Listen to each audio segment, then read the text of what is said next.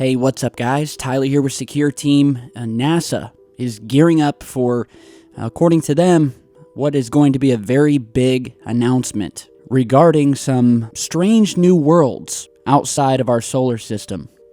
And they're going to be holding a news conference about this. I'm sure many of you have heard about this. For those that you haven't, there's been articles and reports going up all over the web.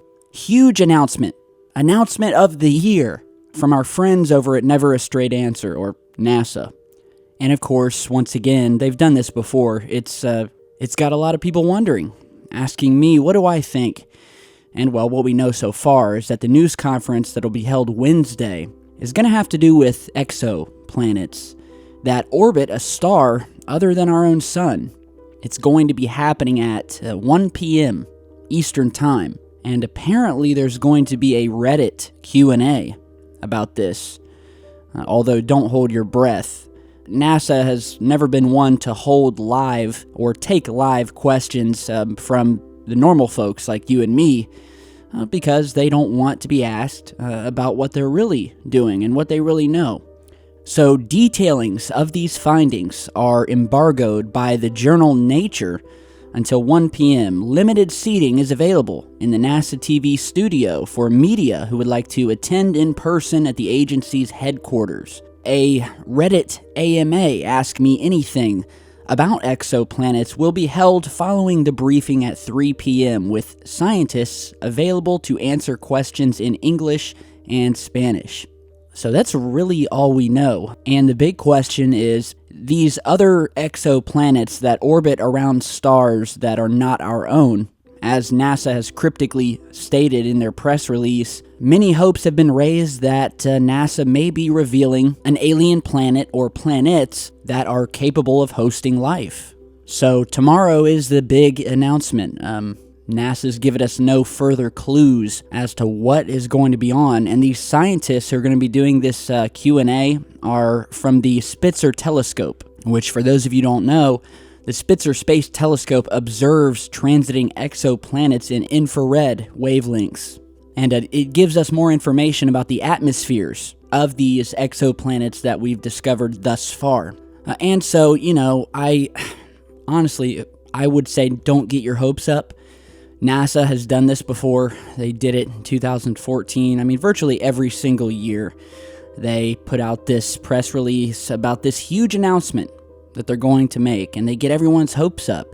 And then it comes out to be usually some pretty mundane stuff. It's nothing that's groundbreaking. Usually it's that they've found some more exoplanets out there. We really don't get any details. And that's it. We go on about our days. Do you really honestly think that they're going to be giving us any of the juicy details? You and I know that that has never happened. And that's up to us to figure out.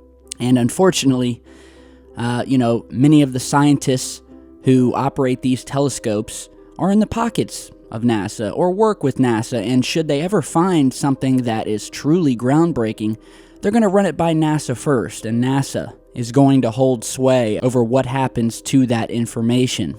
So, obviously, tomorrow I'll post a video about the findings, about the announcement, and I'll give you my take on it. In other news today, a couple of interesting things happening. There have been reports that have been going up that there may have been some sort of nuclear event that occurred very recently over the Arctic. A new report from a website called thedrive.com, which has been featured by a host of other websites, is asking the question as to whether there's some sort of radioactive presence in our air that comes from a recent nuclear test, something like that, or just some sort of nuclear explosion that has got the military worried. And the reason he's asking this is because he's basically done some research and found that there was a recent deployment of this jumbo jet that's part of the Air Force. It's called the Air Force WC-135 Constant Phoenix, and it's an atmosphere-sniffing jet. And that's what's caused this mystery. So what this jet basically does is it flies around in order to detect radioactive isotopes in the atmosphere after a nuclear event.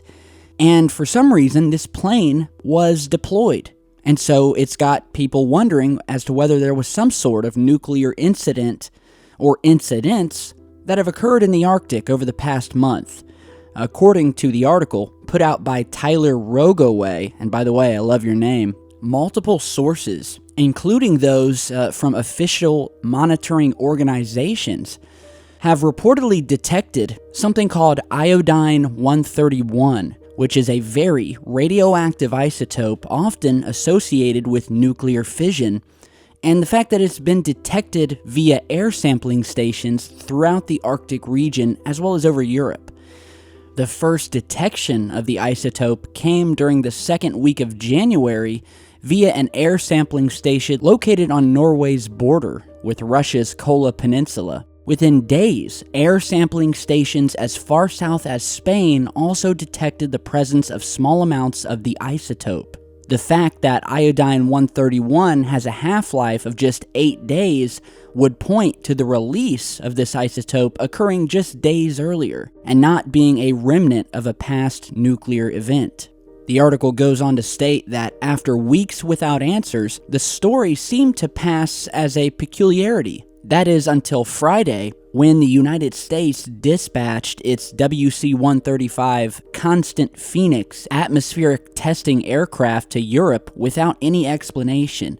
The highly unique aircraft are specifically designed to respond to nuclear incidents, especially those that include the detonation of nuclear warheads. By sampling the air over wide areas and at altitude, the aircraft can provide critical data to better understand the signature of radiation being released. During nuclear tests, this can help scientists define what type of weapon was detonated and, in conjunction with other data, how large the blast was. For instance, the airplane went to work following the 2011 earthquake that resulted in the meltdown of Japan's Fukushima nuclear power plant. So this leaves us with the question as to why has this plane suddenly been deployed? And is this in response to a recent nuclear incident that we don't know about? We've recently been posting videos about the massive amount of radiation that is being leaked into the Pacific Ocean, specifically from the Fukushima nuclear power plant. I think it was leaking something along the lines of between 300 and 500 tons of radioactive water into the ocean every single day. And so we're seeing these huge spikes in radiation that is being found on our shores, in our food, in our water. And we posted a video a couple days ago. We were talking about the massive heat anomaly that they detected in the Pacific Ocean. They called it the blob. And basically, there's a certain point in the ocean that is heating up, and they don't understand why. And it's leading to massive animal die-offs around the world. And many people believe that that also has something to do with Fukushima. And so could this have something to do with that? I wouldn't doubt it. Others believe that possibly Russia tested a nuclear weapon, possibly. But, this Fukushima thing, it really does make me nervous.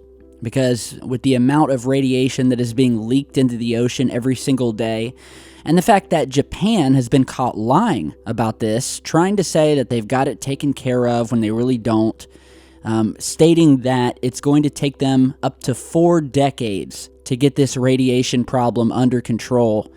I mean, I have very little faith in the Japanese officials over there. And, add to that the BP oil spill, and I really do think we're in for some rough times ahead if we can't get these things under control.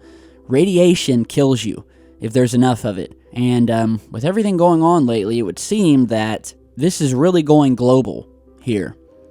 So I'll go ahead and link you to the full article on thedrive.com. You guys can go over and check it out.